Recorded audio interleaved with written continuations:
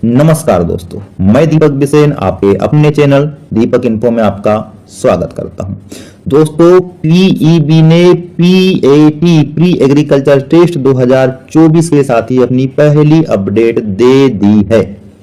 इसमें rule book और advertisement के साथ ही फॉर्म भरने की डेट भी अनाउंस कर दी गई है।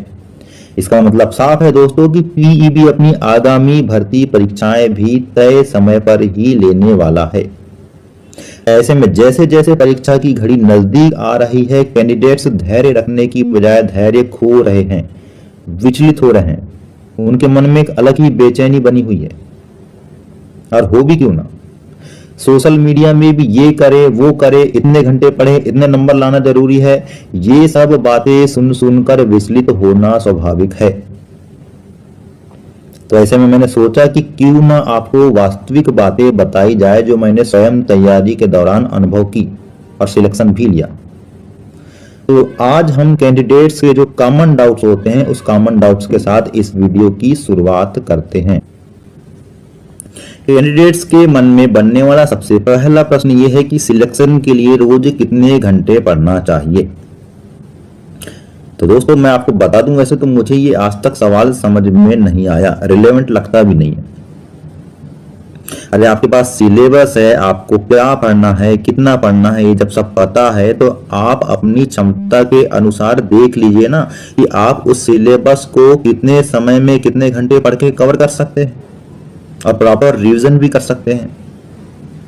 यूट्यूब में तो आपको बता दिया जाएगा कि आपको इतने घंटे पढ़ना चाहिए, उतने घंटे पढ़ना चाहिए।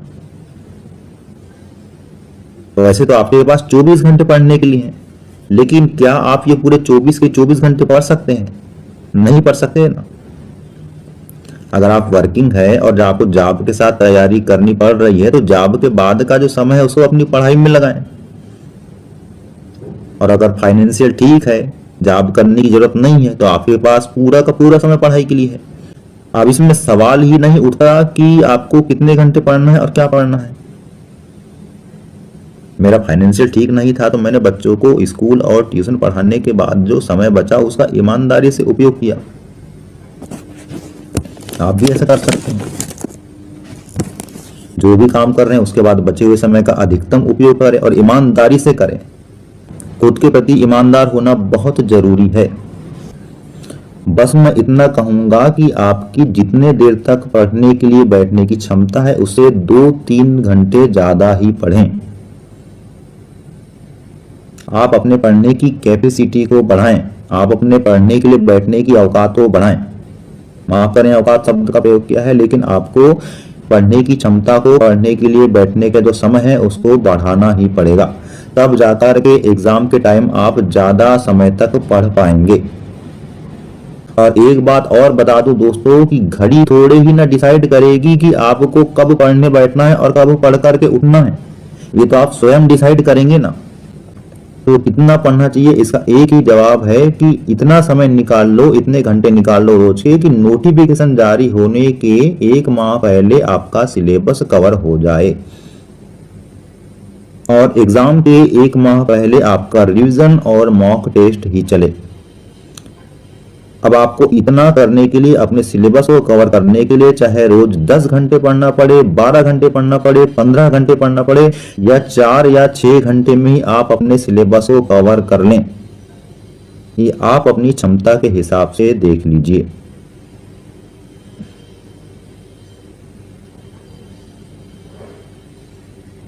अगर आप घड़ी देख करके पढ़ने बैठेंगे तो आपको कभी कभी पढ़ने की इच्छा होगी और घड़ी का समय उठने का होगा, तो क्या आप उठ जाएंगे? नहीं ना, तब तो आप पढ़ाई करेंगे। इसलिए मैं साफ साफ कहना चाहता हूं दोस्तों कि पढ़ाई को घंटों से नहीं आंका जाता। सबकी क्षमता अलग अलग होती है। आप अपनी क्षमता को देख लीजिए और अपनी क्षमता के हिसाब से पढ़ाई के लिए घंटे निर्धारित करिए कि आपको रोज कितने घंटे बैठ करके पढ़ना है और कितने घंटे में आपका सिलेबस कवर हो जाएगा। आपका सिलेबस कवर करना मायने रखता है दोस्तों, ना कि आपका पढ़ाई के लिए कितने घंटे बैठे हैं ये मायने रखता है। अगर मन नहीं लग रहा है और आप बैठे हुए हैं तब भी आप अपना समय बर्बाद ही कर रहे हैं। उससे अच्छा तो आप उठ जाएं, टहल लें और उसके बाद बैठ जाएं।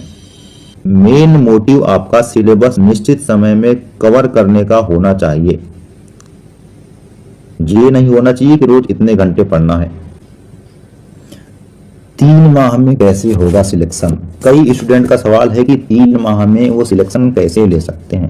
तो 3 माह में सिलेक्शन केवल आपकी कंटिन्यूटी को ब्रेक ना करने से ही हो सकता है। सिलेक्शन लेने का सबसे आसान तरीका है कि आपको रोज बैठकर पढ़ना है, अपनी कंटिन्यूटी को मेंटेन रखना है। इसके अलावा ना तो सिलेक्शन का कोई सीक्रेट है और ना ही कोई शॉर्टकट है। आप खुद ही सोचो कि आप कोई रेस दौड़ रहे हैं और अगर आप तेज नहीं भागे तो कोई आपको कुचलकर आगे निकल जाएगा, या अगर आपने तेज भाग करके धीमा कर लिया चाल तो तब भी आप रेस से बाहर हो जाएंगे। मैं बता दूं आपको कि जब आप अपना समय बर्बाद कर रहे होते हैं तब भी सैकड़ों आपके जो कॉम्पिटिटर होते हैं वो तैयारी में लगे हुए होते हैं। आपको उनसे कम्पीट करना है, तो इसके लिए आप क्या करेंगे? इसके लिए आपको उनसे भी अधिक या कम से कम उनके इक्विवेलेंट तो पढ़ना ही पड़ेगा। आप वो क्वेश्चन कभी गलत नहीं कर सकते जो सभी से बन रहे हैं, और अगर आपने कर दिया तो आप निश्चित ही रेस से बाहर हो जाएंगे। सवाल ही नहीं उठता आपके सिलेक्शन का। इसलिए आपको उनसे आगे बढ़ने के लिए उनके बराबर तो चलना ही पड़ेगा, लेकिन 2-3 एफर्ट उनसे ज्यादा लगाना पड़ेगा।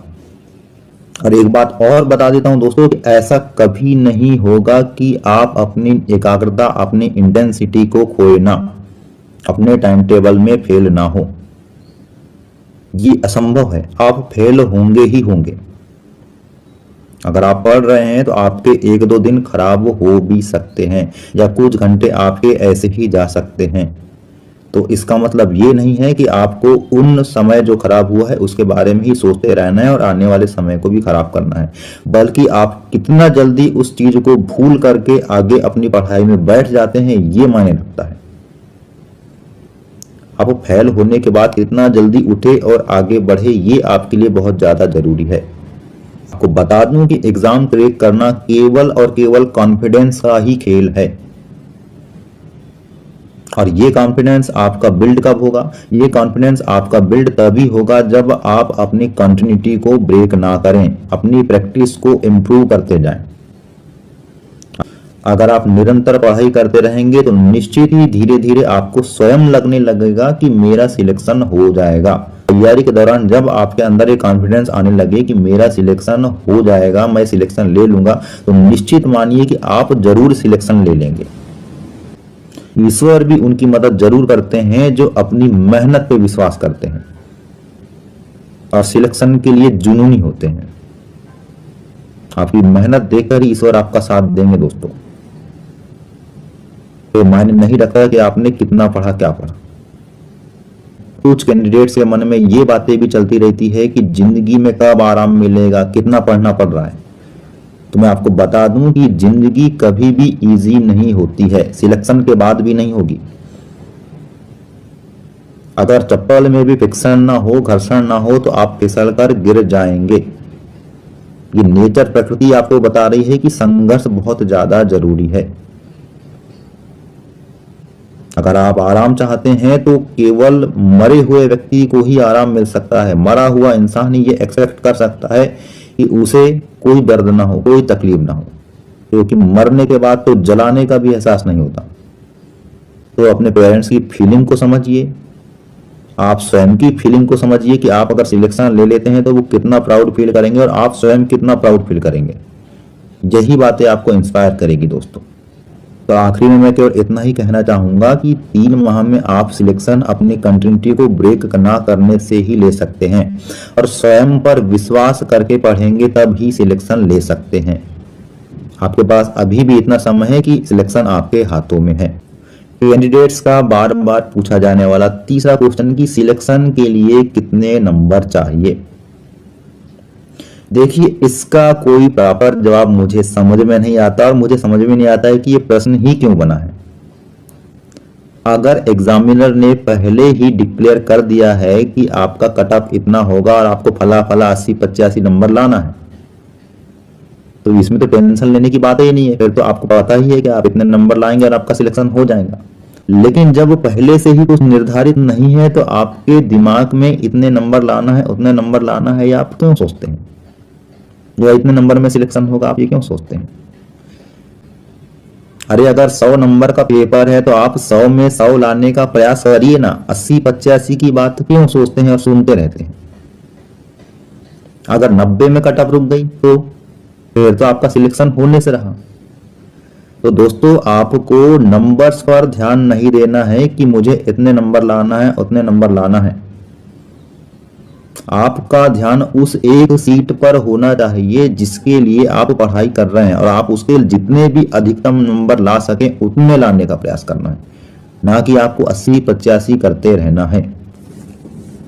और मैं आपको बता दूं कि अगर आप ये 80-85 का टारगेट लेकर चलेंगे तो एक अनवांटेड आपके दिमाग में एक प्रेशर क्रिएट होगा, टेंशन क्रिएट होगा, और उस टेंशन से आप अपनी पोजीशन को धीरे धीरे वीक करेंगे। आपका अभी जो काम है वो केवल और केवल पढ़ाई करना है, कर्म करना है। ये नहीं सोचना है कि मुझे इतने नंबर लाना है उतने नंबर लाना है।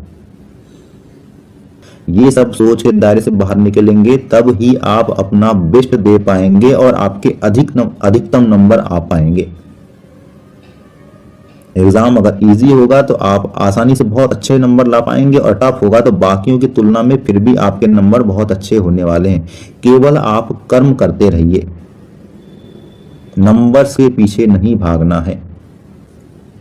और सिलेक्शन के लिए मैं एक बात बता दूं कि इंपॉर्टेंट पढ़ना नहीं होता है, बल्कि पढ़े हुए को कैरी करना होता है।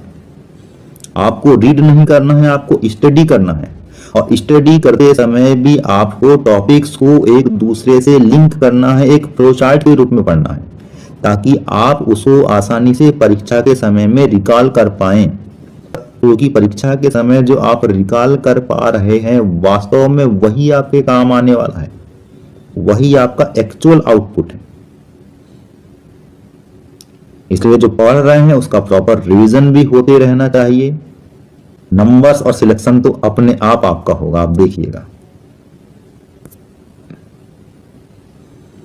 और आखिर में मैं आपको एक बात और बता दूं कि अगर आपने दिल से चाह लिया और उसके लिए जी जान से आपने मेहनत कर लिया तो ऐसा कोई कारण नहीं है कि आपका सिलेक्शन ना हो। आपका सिलेक्शन जरूर होगा। ईश्वर आपको देखिए सिलेक्शन दिलाएंगे, ये बात डेफिनेटली मैं बता दूं, ये मेरा वास्तविक अनुभव है। फिर भले ही आपने थोड़ा कम भी पढ़ा होगा या आपने 1-2 दिन बर्बाद कर भी दिया होगा, तब भी आपका सिलेक्शन होगा। बस आप कंसिस्टेंसी जो अपने तरफ से कर सकते हैं उसको मेंटेन रखिए। आप ये इमेज देख पा रहे हैं, इसमें एक लड़का जो कि मनोज है उसके वास्तविक जीवन पे आधारित फिल्म बनाई गई है, जिसमें बताया गया है कि कैसे वो यूपीएससी का यू भी नहीं जानता था और बहुत ज्यादा डिटर्मिनेशन के बाद उसने यूपीएससी क्रैक करके एक आईपीएस ऑफिसर के रूप में अपने आप को सुशोभित किया, जबकि 12वीं में वो फेल हो चुका था। एक दृढ़ निश्चय दोस्तों आपका जीवन बदल देता है, आपको इसको याद रखना है। और अंत में बस मैं इतना ही कहूंगा दोस्तों कि अगर मैंने कुछ रूडली आपसे कह दिया होगा तो प्लीज मुझे माफ करिएगा, क्योंकि मैं चाहता हूं कि आप तक वास्तविक बातें पहुंचे।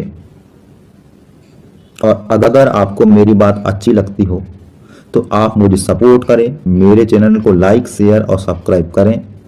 मैं आपसे अंत तक जुड़ा रहूंगा, आप भी मुझसे अंत तक जुड़े रहें। तब तक के लिए नमस्कार।